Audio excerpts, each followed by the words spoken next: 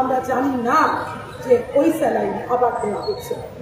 বিস্তারিত সমস্ত বলবার প্রশ্ন নেই, আছেন এখানে অন্যরাও বলবেন, কিন্তু প্রশ্ন আমাদের এই যে যারাই যে সংস্থাই হোক, কেন্দ্রীয় কিংবা রাজ্য, তাদের যা বলার কথা, কিন্তু তারা তো সবাই মানুষের জন্য কাজ করবে, মানুষের কাজ তো তারা করবে, তাহলে কেন তাদের কথা মানুষের সামনে আসবে না এবং সেই অনুযায়ী ব্যবস্থা নেবে না? তারা স্বীকার করছেন তাদের সীমাবদ্ধতার কথা, তাদের সীমাবদ্ধতার কথা বারবার বলছেন তাদের এত ম্যান পাওয়ার নেই যার মধ্যে দিয়ে গোটাটা ইন্সপেকশন হতে পারে।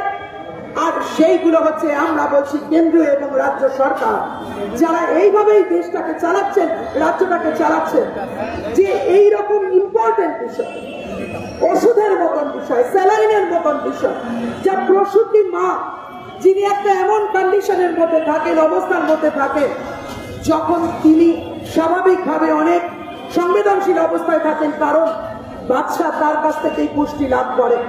আর সেইখানে দাঁড়িয়ে যদি এই ধরনের বিষয় হয়, যেখানে ফাঙ্গাস পাওয়া যাচ্ছে, যেখানে এই ধরনের মৃত্যুর কারণ হয়ে যাচ্ছে, সেক্ষেত্রে বারবার আমরা দেখছি কেন্দ্রীয় সরকার তাদের সীমাবদ্ধতার কথা বলছেন, কেন্দ্রীয় সরকারের এজেন্সি তারা সীমাবদ্ধতার কথা বলছেন, তারা কোর্টে প্রডিউস করবেন বলছেন। তাহলে মানুষ কি করবে?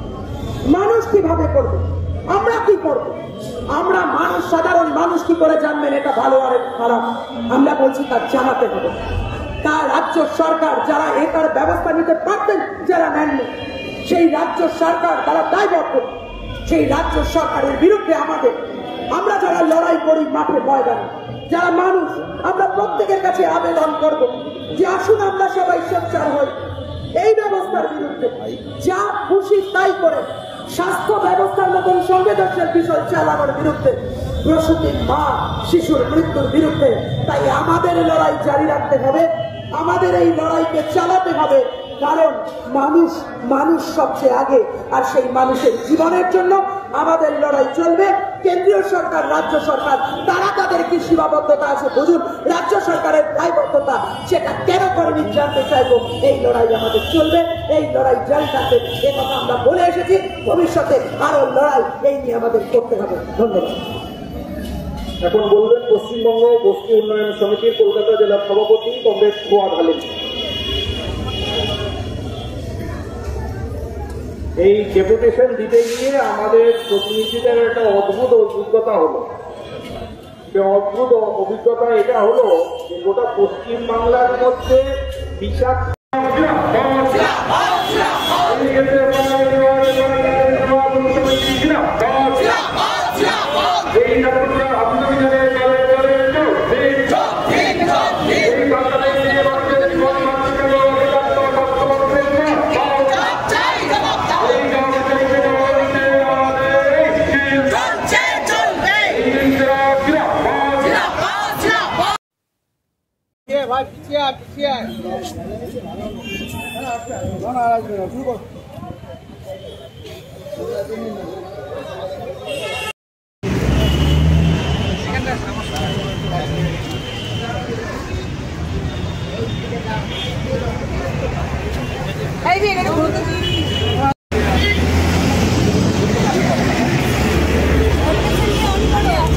ডেপুটেশন দিতে গিয়ে আমাদের প্রতিনিধিদের একটা অদ্ভুত অভিজ্ঞতা হলো।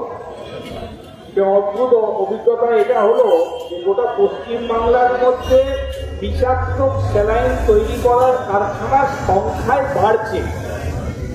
আমরা পশ্চিমবঙ্গ ফার্মাসিউটিক্যাল প্রাইভেট লিমিটেডে বিষাক্ত স্যালাইন নিয়ে ডেপুটেশন দিতে এসে শুনলাম যে আরেকটা কোম্পানি যেটা পশ্চিমবাংলায় স্যালাইন তৈরি করছে, ইতিমধ্যে তাদের স্টপ ম্যানুফ্যাকচারিং নোটিশ এই অফিস দিয়ে দিয়েছে।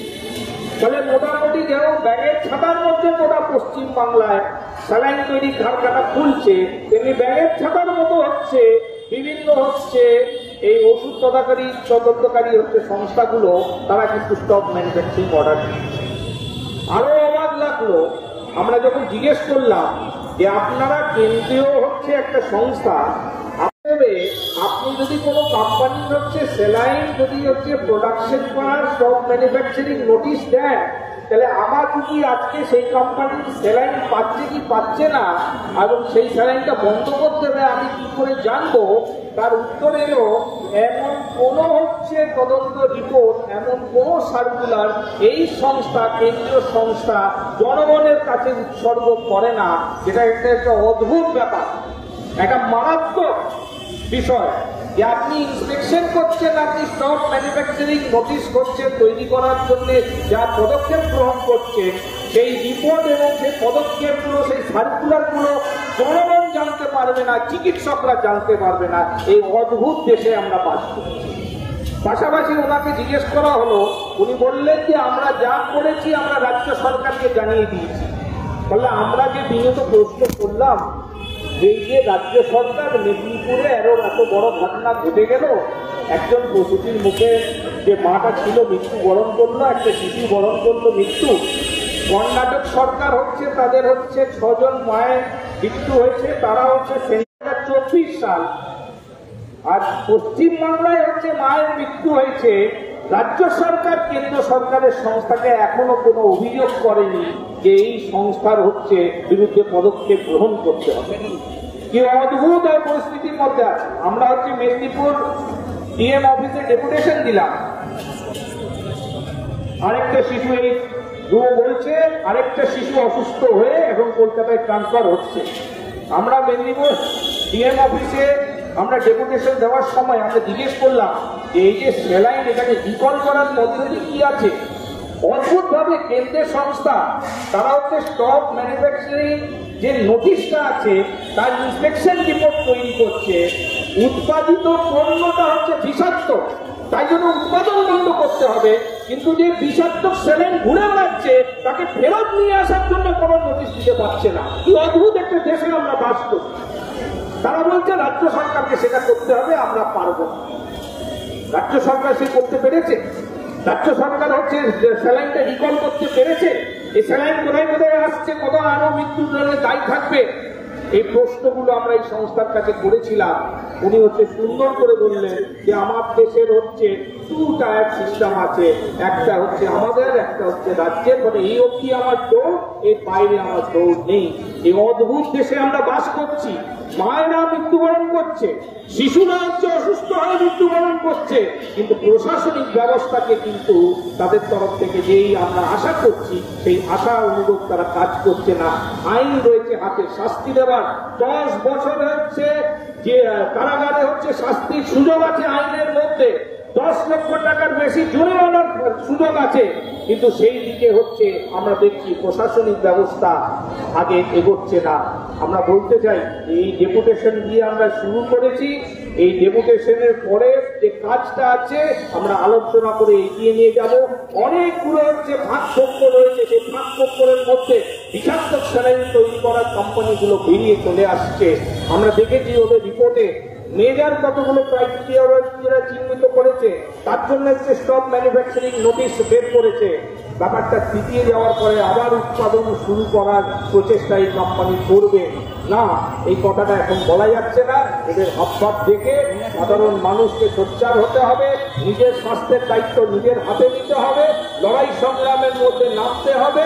সরকারি দপ্তরে যারা বসে আছে তাদের সমস্যা আছে, স্টাফ কম আছে, সবটাই হচ্ছে বলা হবে, কিন্তু তার মধ্যে যেইটুকু করণীয় আছে সেইটুকু কিন্তু করছে না। এটা আজকে আমরা ডেপুটেশনে বুঝতে পেরেছি।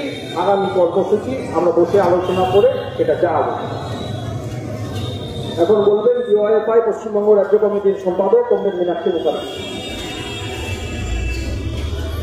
আমরা আজকে এই সকাল সকাল ডেপুটেশনটা ঠিক এই কারণে এখানে করতে চেয়েছিলাম। আর পুলিশ কি জানি ভেবেছিলেন যে আবার এখানে মারামারি ধস্তাধস্তি হবে। আসলে ওরা সবসময় চায় যাতে সরকারের মুখোশটা খুলে না। আর আমরা আজকের এই ডেপুটেশনের মাধ্যমে সরকারের মুখোশটা আপনাদের মাধ্যমে গোটা রাজ্যের মানুষের। আমরা আজকে ছাত্র যুব বস্তি সংগঠনের পক্ষ থেকে সিএসডিসিও মহিলা ছাত্র যুব মহিলা বস্তি সংগঠনের পক্ষ থেকে সিএসডিসিও নিজাম প্যালেসে এসেছিলাম। মেদিনীপুর মেটিয়াবুরুজ কর্ণাটক জলপাইগুড়িতে যে জাল স্যালাইন পাওয়া গেল এবং যে জাল স্যালাইনের কারখানাটা পশ্চিমবঙ্গে রয়েছে, সেই জাল স্যালাইনের ক্ষেত্রে এদের ভূমিকা কি, তারা পরিষ্কার বললেন যে শুধু একটা কোম্পানি নয়, আরও কোম্পানি আছে যারা এই সাব স্ট্যান্ডার্ড কোয়ালিটির স্যালাইন বানাচ্ছেন। যার রিপোর্ট বেরিয়েছে সেই রিপোর্টে দেখা যাচ্ছে যে চূড়ান্ত অব্যবস্থার মধ্যে স্যালাইন তৈরি হয়। তাহলে ইন্সপেকশন কেন করছেন না? ইন্সপেকশনের ক্ষেত্রে পশ্চিমবঙ্গে কোনো বিষয়ের আরটিআই করে পাওয়া যায় না। আমরা 2018 সাল থেকে আজকে 2024 সাল পর্যন্ত দুবার আরটিআই করেছি ডিওয়াইএফআই, কোনো আরটিআই এর সঠিক জবাব পাইনি। একটি অসমর্থিত সূত্র এবং যা সরকারের ওয়েবসাইট আছে সেখান থেকে জানা যাচ্ছে মাত্র 2টো ইন্সপেক্টর এবং 88 জনের চাকরি ট্রাইব্যুনালে কোর্টে আটকে আছে। তাহলে যেখানে লোক থাকবে না সেখানে এই সব জাল কারবারিরা কি করে কি বানাচ্ছেন আর মানুষের শরীরে কি জাল স্যালাইন দেবার জন্য পাঠাচ্ছেন সেটা কে দেখবে? 1, 2, লোক না থাকলে তাহলে কি দায়িত্ব এড়ানো যায়? এটা তো সম্ভব না। তাহলে পশ্চিমবঙ্গে, ভারতবর্ষে, আমরা পশ্চিমবঙ্গের কথাই বলবো, একাধিক জাল ওষুধের কারবার রমরমিয়ে উঠছে। তাহলে এরা টিকে কি করে আছে? সিএসডিসিও বলল যে আমি ইনভেস্টিগেশন করে শুধুমাত্র ওর ম্যানুফ্যাকচারিংটা বন্ধ করাতে পারি। ও যদি ম্যানুফ্যাকচারিং বন্ধ না করে তাহলে আপনি কি করতে পারেন? বললেন আমরা শুধু রেকমেন্ড করতে পারি। উনি একথাও বললেন যে আমরা বারংবার রাজ্য সরকারগুলোকে বলি কিন্তু কাজ করে না। তাহলে আপনার তো লিগ্যালি অ্যাকশন নেবার জায়গা আছে, কোর্টে প্রডিউস করার জায়গা আছে, আপনি কেন করছেন না? তাহলে আমরা এটা পরিষ্কার রাজনীতি করি এবং রাজনৈতিক অভিজ্ঞতার ক্ষেত্রে বলতে পারি যে 2024-এ যে ভাইটাল ইস্যুটা লোকসভার ইলেকশনে এলো, যে জাল ওষুধের কারবারিরা প্রত্যেক টাকা, কোটি কোটি টাকা, অগুন্তি টাকা এরা দেশের ও রাজ্যের সরকারকে এরা ইলেকটোরাল বন্ডে দিয়েছে। তার মানে ইলেকটোরাল বন্ডের মর্গেজ বন্ধক হলো গরিব মানুষের জীবন। আমাদের দাবি একটাই, এদেরকে পানিশ করতে হবে, এখানে লোক সংখ্যা বাড়াতে হবে, আর গরিব মানুষ যারা সরকারি হসপিটালের উপরে নির্ভরশীল তাদের জীবন নিয়ে ছিনিমিনি খেলা যাবে না। যে এদের যদি এই ভূমিকা থাকে, সিএসডিসিও, আমরা এরপরে রাজ্য স্বাস্থ্য দপ্তরের আন্ডারে যে ড্রাগ কন্ট্রোলার অফিস আছে আমরা সেখানেও যাব, কাউকে ছেড়ে দেওয়ার নেই। কোন গোপন অশুভ আতাতে আপনারা জাল কারবারিদেরকে রমরমিয়ে ছুট দিচ্ছেন? কেন দিচ্ছেন? তাদের সাথে কি নেগোসিয়েশন আপনাদের আছে? আপনি ম্যানুফ্যাকচারিং করা বন্ধ করলেন পশ্চিমবঙ্গ ফার্মাসিউটিক্যালকে, কিন্তু যে ব্যাচগুলো তৈরি হয়ে হসপিটালে পেটিতে পেটিতে স্টক করা আছে, স্টোর করা আছে, সেগুলো নিয়ে কেন কিছু বললেন না? বলছেন আমার এখতিয়ার নেই। মানুষের পয়সা নিয়ে, মানুষের জীবন নিয়ে আমি জানতে পারবো যে এখানে একটা পরমাণু বোমা আছে, কিন্তু আমি শুধু বলে দিলাম যে ওখানে বোমা আছে, আর কিছু করবো না। এটা হতে পারে? এটা হয় কোনোদিন? পাবলিক লিটিগেশন বলেও তো জিনিস থাকে, একজন হিউম্যান বিইং তো চাকরি করে। তাহলে কি যারা রাজ্য এবং কেন্দ্র সরকারের স্বাস্থ্য দপ্তরগুলোতে কাজ করছে তারা কি তাদের হিউম্যানিটিটা, তারা কি তাদের মানবিক যে দিকগুলো সেই দিকগুলোকে কি তারা জলাঞ্জলি দিচ্ছে? তাহলে আমরা রাজনৈতিক অভিজ্ঞতাতে যা শিখেছি তাই তো সত্যি হচ্ছে, যে সরকারের একমাত্র কাজ হলো কর্পোরেটের সাথে মুনাফা বৃদ্ধি করা, লাভ করা, তাদের সমস্ত রকম মানবিক গুণাবলীগুলো আস্তে আস্তে নষ্ট হয়ে যায় আর মানুষকে মেরেও দেয়। তাই রোগীদের পক্ষে এবং গরিব মানুষের পক্ষে, সাধারণ মানুষের পক্ষে এবং যে বেকার ছেলেমেয়েগুলো এইসব অফিসগুলোতে কাজ করতে পারতো তাদের স্বার্থে এ লড়াই চলবে।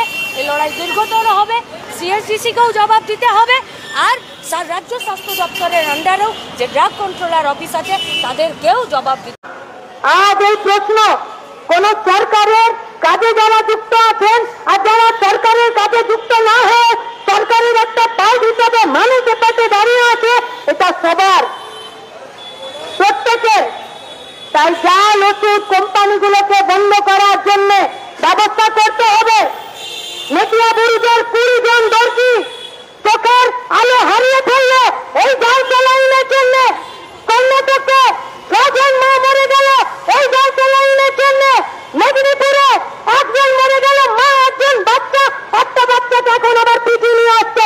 সেদিন যদি এসে পাই বা বামপন্থী সংগঠনরা মেদিনীপুরে না দাঁড়াতো, ওদেরকে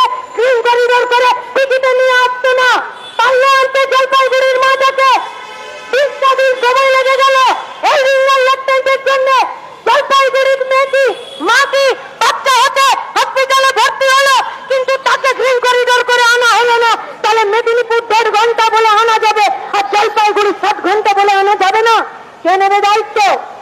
কে নেবে দায়িত্ব?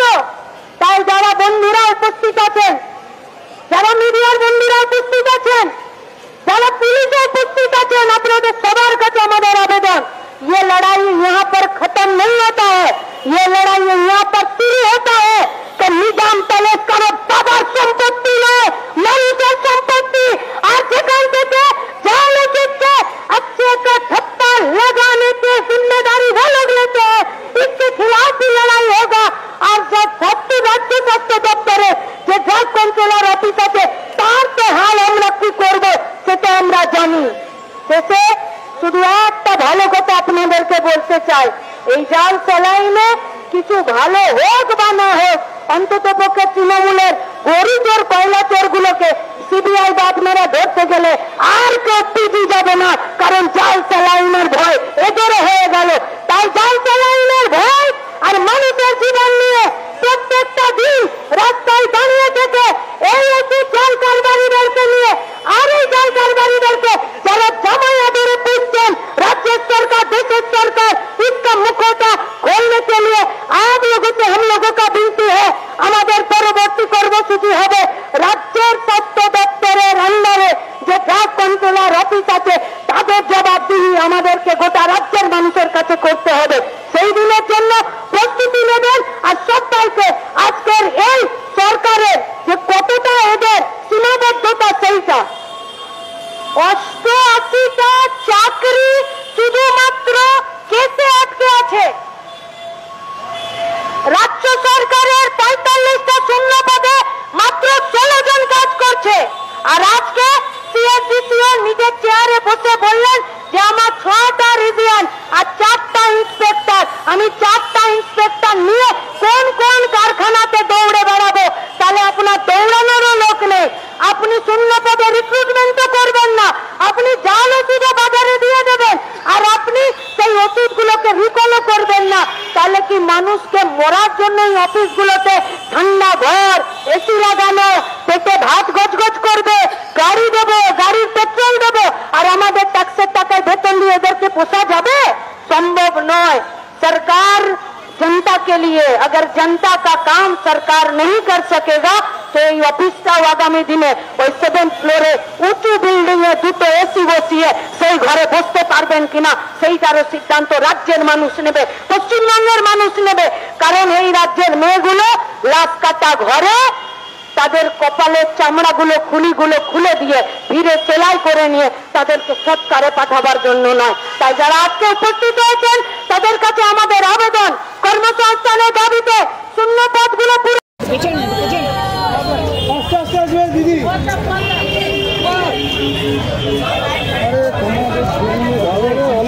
অলোকদা আমার ছবিটা লাগবে। অলোকদা মীনাক্ষীকে এগো না চাকরি চলে যাবে আমার চাইছি যাচ্ছে হয়েছে মীনাক্ষী তো পেছনে চলে যাচ্ছে, এগোতে বলতো বলো না, তোমরা বলো না, আমি বলবো না।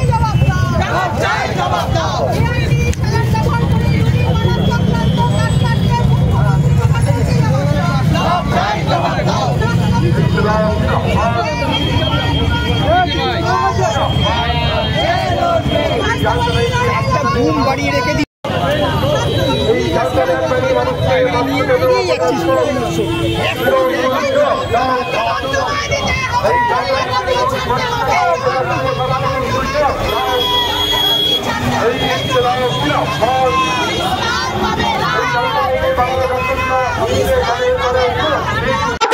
দিদিকে কিছু টাকা কাটলেনি আর ইলেকট্রাল বন্ধ পকেটে গুঁজে দিলে আপনি স্যালাইনের জায়গায় চা ভরে দিন মানুষের নাড়বে। এই দুটো অফিস আর এখানকার সেন্ট্রাল জাগের যে সিএসডিসিও তারা কিছুই বলবে না, পরিষ্কার এইটাই।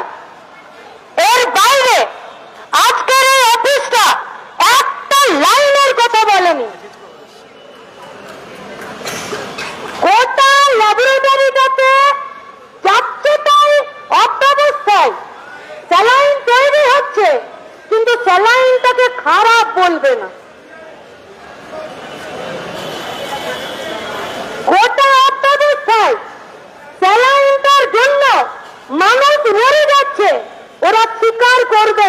তাহলে তোমাকে আমাদের ট্যাক্সের টাকা দিয়ে মুখ দেখতে বসিয়ে রাখবো আমরা?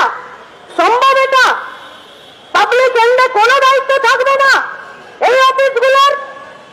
চলুন আমরা সবাই মিলে কালকে সাইড মোড়ে একটা স্যালাইন তৈরির কারখানা করেনি, চলুন করেনি।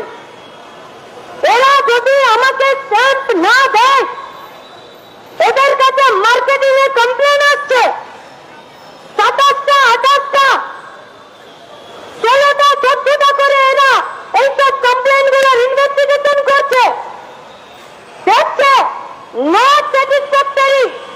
তারপরে এরা বলছে না যে এই ওষুধগুলোকে হসপিটালে পৌঁছানোর জন্য বন্ধ করতে হবে।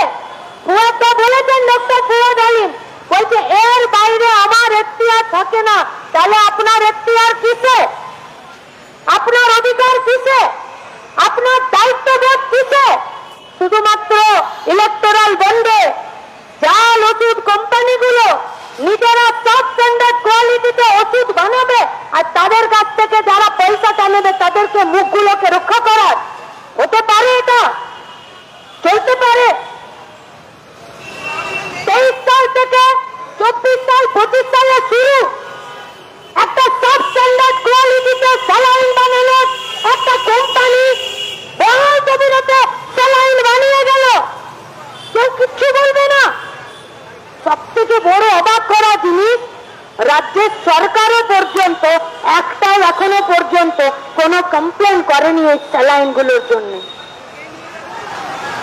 ভয়ানক বিষয়। কারা যায় सरकारी हॉस्पिटल ट्रीटमेंट कराते?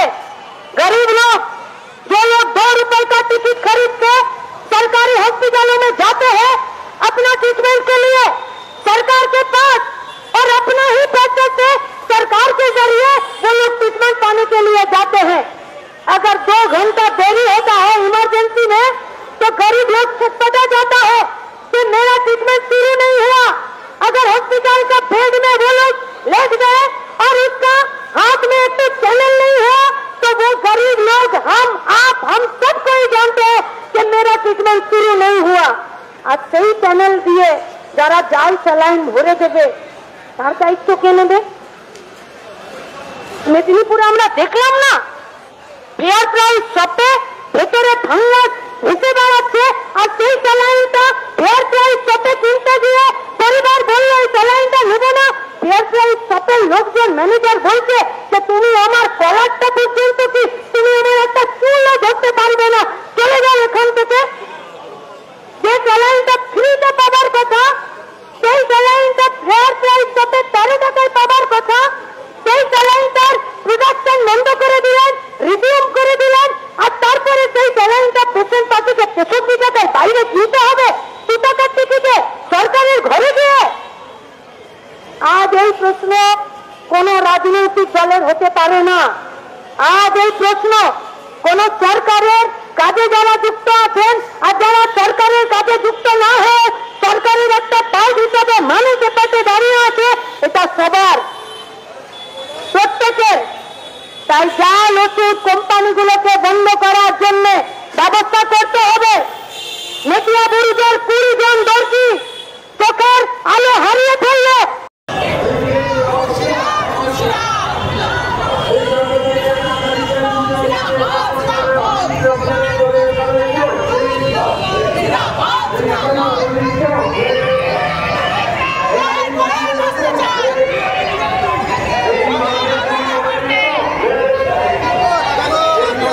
সেটা কিভাবে শুরু হবে এবং শাস্তি কিভাবে করা হবে।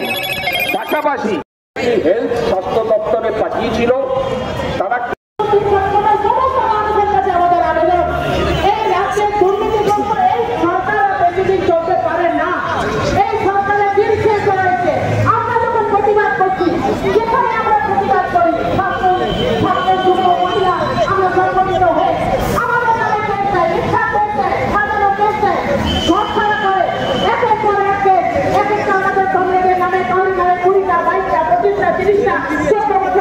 আছে জুন 2023 সালের পর থেকে 16টা অভিযোগ প্রমাণিত হয়েছে যে এটা নিম্নমানের নাম্বারের স্যালাইন এই সংস্থা কি পদক্ষেপ গ্রহণ করেছে আমরা সেটা জানতে চাই।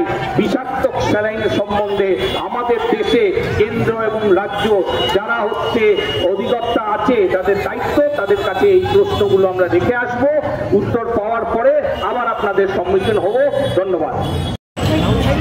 এখন আমাদের বস্তি উন্নয়ন সমিতির পক্ষে কমরেড ফুয়াদ হালিম, কমরেড সুখরঞ্জন দা, মহিলা সমিতির পক্ষে সারা ভারত গণতান্ত্রিক মহিলা সমিতির সম্পাদিকা কমরেড কনিকা ঘোষ, এসএফআই পশ্চিমবঙ্গ রাজ্য কমিটির সভাপতি কমরেড প্রণয় কান্তি, ইউআইএফআই রাজ্যের সম্পাদিকা কমরেড মীনাক্ষী মুখার্জি, ডেপুটেশনের পক্ষে ওনারা যাচ্ছেন।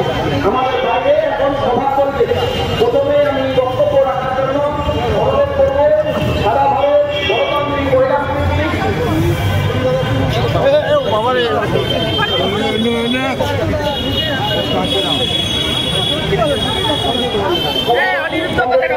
ছবি তোলে বলবে যেতে দিন, আমার শোনে না, যেতে দিন। যাবো কোথেকে? দাঁড়িয়ে আছেন, মামলা আছে ওদিকে, অ্যাডভোকেট বন্ধ আছে না, লেট কেন? বন্ধ করো, বন্ধ করো, বন্ধ করো না। ঠিক আছে, ঠিক আছে, বন্ধ কর, বন্ধ কর। পদক্ষেপ নিয়েছে সেটা আমরা জানতে চাই। আমরা দেখলাম যে মার্চ মাসের পরে 10ই ডিসেম্বর, 4, 5, 6 ডিসেম্বর এই সংস্থা রাজ্য সরকারের ড্রাগ কন্ট্রোলার এবং কর্ণাটকের ড্রাগ কন্ট্রোল অফিসারদের নিয়ে এই কোম্পানির ইন্সপেকশন করে যা রিপোর্ট দিয়েছে সেই রিপোর্টের ভিত্তিতে 10/12/2024 সমস্ত উৎপাদন বন্ধ করে দেওয়ার তারা আদেশ দিয়েছিল। এই যে 10/12/2024 উৎপাদন বন্ধ করে দেওয়ার নির্দেশ, তারপরে 7ই জানুয়ারি অবধি এই কোম্পানির স্যালাইন কি করে গোটা পশ্চিমবাংলা এবং ভারতবর্ষে ঘুরে বেড়াচ্ছিল। তার জন্য যে মৃত্যুটা হয়েছে এই 27 দিনের মধ্যে কেন হচ্ছে স্যালাইন রিকল করা হয়নি, এই দাবি আমরা CSDSO কে করব। আমরা জানতে চাই যে প্রাথমিক যে রিপোর্ট এসছে 6ই ডিসেম্বর 2024 সাল, তার পূর্ণাঙ্গ রিপোর্ট কবে আসবে? 5টা অভিযোগের ভিত্তিতে এই সংস্থাকে এর আগে যখন সরকারি জায়গায় ল্যাব টেস্টের জন্য ডেকে পাঠানো হয়েছে, অতীতের 27খানা অভিযোগ এই জাল স্যালাইনের সংস্থার বিরুদ্ধে করা হয়েছে যে তারা। আমি আমার বলার কাজ শেষ করছি। ইনকালাব জিন্দাবাদ, এসএফআই জিন্দাবাদ। এখন বক্তব্য রাখবেন পশ্চিমবঙ্গ বস্তি উন্নয়ন সমিতির। আমাদের পাশে থাকার জন্য, আর যাদের এখনো শুধুমাত্র গায়ে একটা উঠতি করে আছেন বলে ট্যাপ ট্যাপ করে তাকিয়ে আছেন আর মনে করছেন তাদের গায়ে তো কিছু লাগছে না, টেবিলের তলা দিয়ে ঘুষের টাকাটা হাত পাতলে টিপে পাওয়া যায়, তাদেরকে একটু মনে করাতে চাই। আজকে আপনারাও বিয়ে পান না, আপনাদের বিয়ের জন্যও আমরা মিছিল করি। আমাদের মিছিল সকলের মিছিল, মানুষের মিছিল। যদি মনে করেন মানবিক সত্তা বেঁচে আছে, ওপার থেকে এসে এপারে দাঁড়াতে পারেন। এবং হচ্ছে ড্রাগ কন্ট্রোলার কেন্দ্রীয় সরকারের কাছে যখন আমরা ডেপুটেশন দিতে এসেছি, রাজ্য প্রশাসনের পুলিশ যেন চক্র হয়েছে, তার জন্য আমরা আজকাল এসেছি। গোটা পশ্চিমবাংলার বুকে প্রতিদিন আমাদের প্রাণালী করে চলেছে এই রাজ্যের সরকার। এই রাজ্যের সরকার ভাবছে না তার উপরে আপনার বাড়ির মা বোনেদের উপর একদিকে ধর্ষণ করছে, একদিকে অত্যাচার হচ্ছে, আর আপনি যখন একটা নতুন প্রাণের জন্ম দেবেন বলে এই রাজ্যের সরকারের নির্বাচন, আমরা মনে করি রুটি রুজির লড়াই, রুটি রুজি হকের জন্য মাথায় ছাদ, পেটে ভাত, আর হচ্ছে গিয়ে পরনের এই কাপড়টার জন্য প্রতিদিন আমরা যে লড়াই করছি সেই